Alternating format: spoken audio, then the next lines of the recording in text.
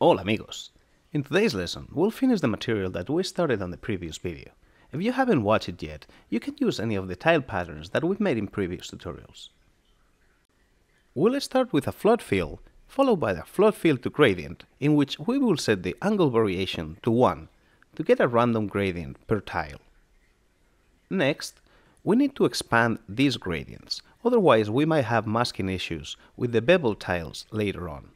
To do so, add a distance node and connect the tile mask to the top input and the random gradients to the source input. Set the maximum distance to a crazy high value, 5 or 10,000.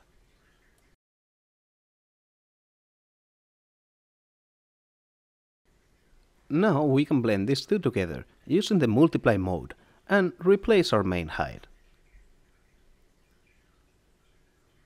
Obviously, this is too much, but we can add a histogram range node to compress the gradients. Something like 0.2 range works pretty well in this case.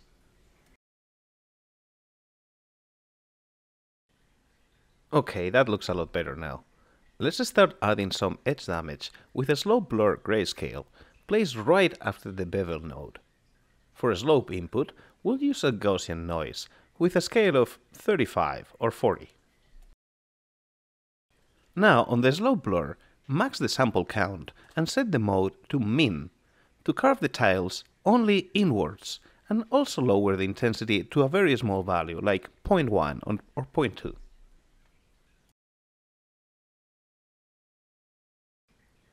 Not a bad start, but we can add a bit more edge damage.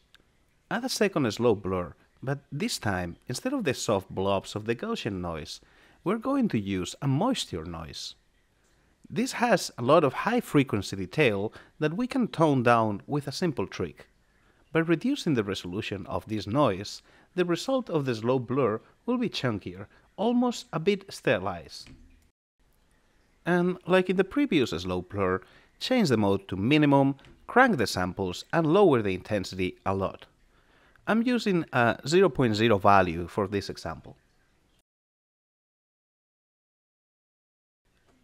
Now, let's duplicate the flood fill to gradient and distance nodes from earlier and give the flood fill a different random seed.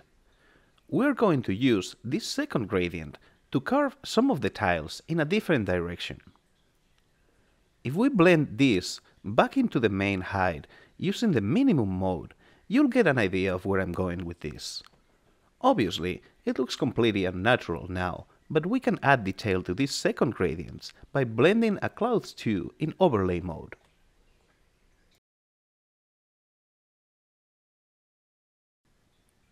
I think this looks better, but maybe a bit too soft. So let's crossfade a fractal zone base with the clouds, maybe with a blend opacity of 0.5 or something around that.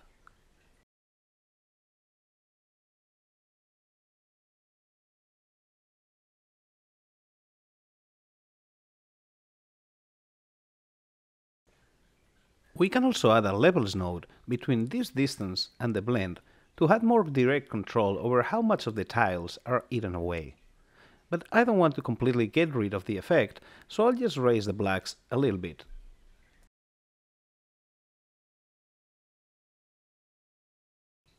And we could spend hours and hours just on the tiles part of this material, but we'll stop here after reusing the fractal sum from earlier to add a bit of noise to the flat surfaces. We'll blend it using the overlay mode and quite low opacity, like 0.1 or 0.2.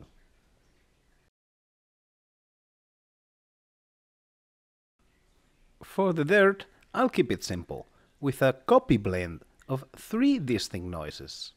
Another clouds 2, but with higher scale, dirt 1 and dirt 4. To blend all this back into the tiles, we'll use a height blend. This way, we'll have a handy mask that we can reuse later when we work on the color.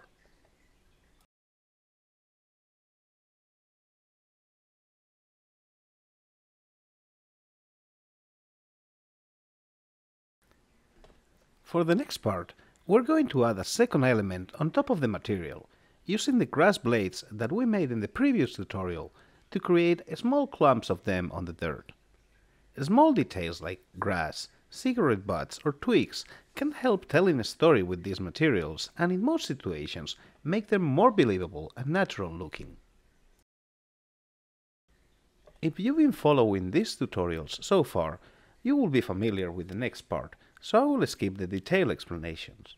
But feel free to pause the video and copy the parameters that I'm using if you want to get the same results. Basically, I'm using a splatter circular to make the clumps of grass, and then a tile sampler to scatter those on the material. To place the grass only on the patches of dirt, simply connect the mask from the height blend as mask map input on the tile sampler and adjust the threshold.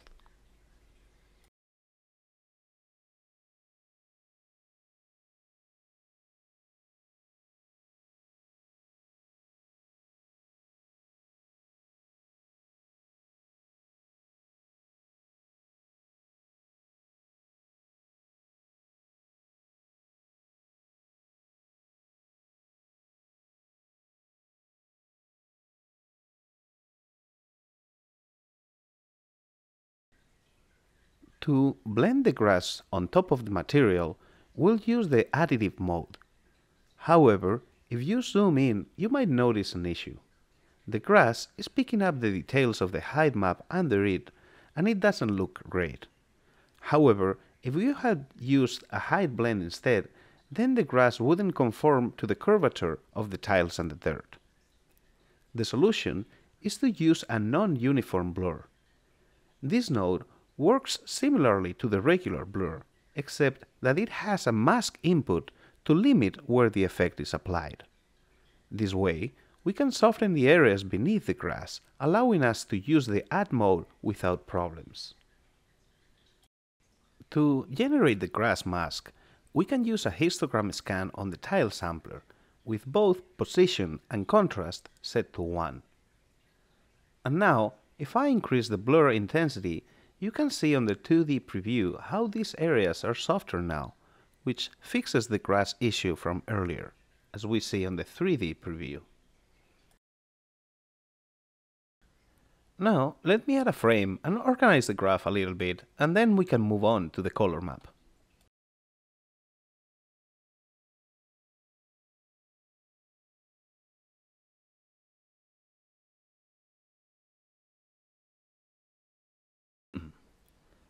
We'll start with a base random color per tile. From the flood fill back in the graph, add a flood fill to random grayscale. Since our tiles have a small bevel, we have to repeat the technique from earlier and use a distance node to expand these values. Let's do that. And remember, set the maximum distance to a really high value to make sure that we have no empty gaps. Perfect. After making that change, our tiles have full coverage. Now, we can add a gradient map node and pull some reference photos to pick up the colors to remap the tile values.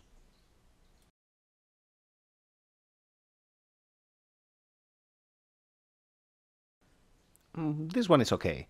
I'll move the window to the side, add the gradient map node, and open the gradient editor. Now, using the Pick Gradient tool, take different samples from your source images until you find a color distribution that you're satisfied with.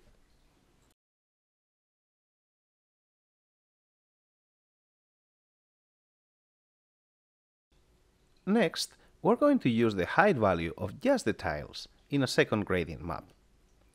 I'll use the same reference image, but sample only from a small part of it, to have less color variation. And now we can blend these two with the copy mode and about 0.3 or 0.4 opacity. Keep the detail layer on the top input of the blend to be the one affected by the slider. I think that the detail map still looks a bit too uniform, but we can fix that by blending more values before this second gradient input.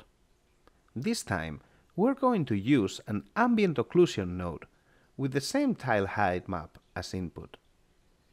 On the parameters of the ambient occlusion, increase the height depth to get some darker values, and then blend this back just before the gradient map.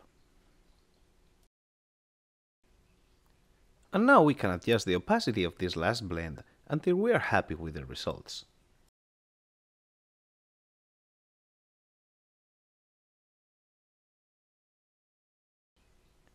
I want to add also some larger scale variation. We can take a couple of noises, mix them together and add them to the input of this second gradient map. For this example, I'm using a moisture noise and grunge map number 10. To keep it simple, just copy blend these two together and copy blend again with the previous crossfade.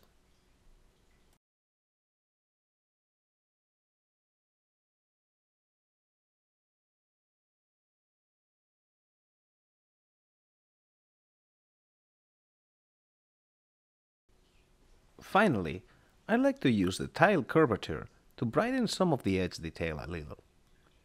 From the same tile height that we've been using earlier, add a normal Sobel node and increase the intensity to 5 or so. This node is a variation of the normal that tends to produce softer results. After that, add a curvature Sobel. As you can see in the preview, this highlights the areas where the normal changes drastically. And now we need to blend this on top of the color, but we cannot use a grayscale output, so we need to convert it to color using a default gradient map.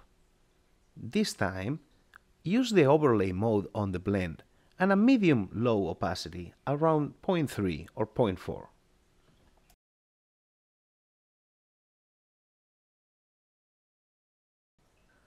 That looks pretty decent. I think we can move on to the color now. We'll do a simpler version of the same technique that we just used for the tiles. From the dirt height, add a gradient map. I'll use some image references to sample a gradient or two and see what we get.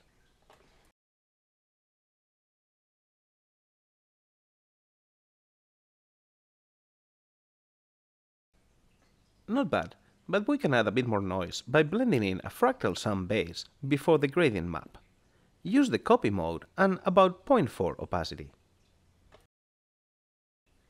After that, I also went back to the fractal sum and increased the roughness and the maximum level. To blend the dirt and tile layers together, we can reuse our handy mask from the height blend once more. Since the tiles are white in the mask, we'll have to put the dirt on the bottom input of the blend and the tiles on the top one. And now we can replace the color output and see the results on the 3D view. I'm going to tweak this dirt color a bit. However, instead of redoing the gradient, I just want to modify this one. To achieve this, we can open the editor and select all the points on the gradient.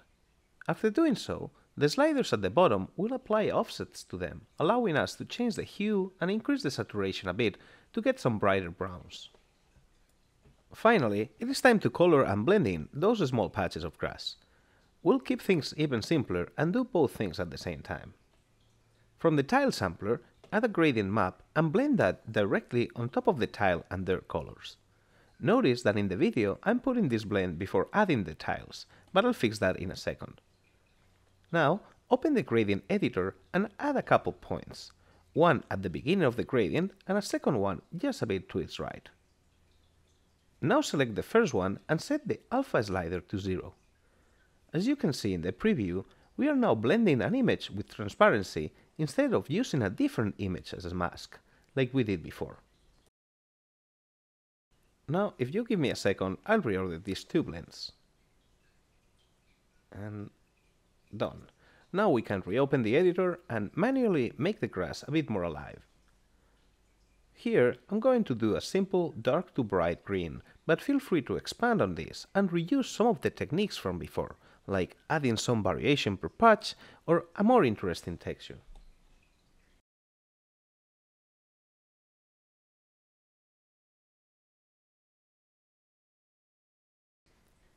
I have to apologize for the next section.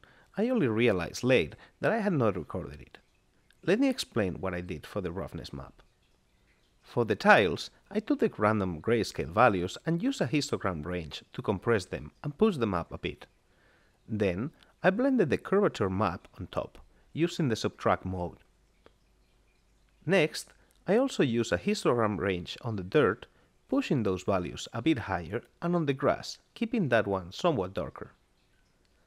Finally, I blended the three layers together, using masks that we had made before. I hope this is clear. In case you have questions, you can post them in the comments, but don't worry, I'll do a full video on roughness maps sometime in the future.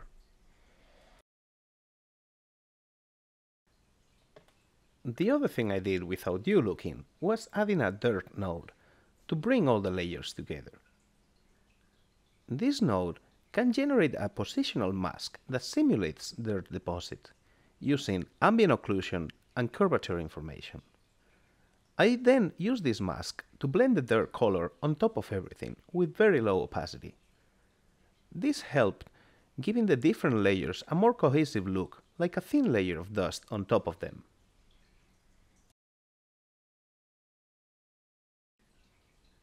And with some fancy renders, that's all for today's video. If you watch until the end, thanks for coming along with me. Stay tuned for more tutorials.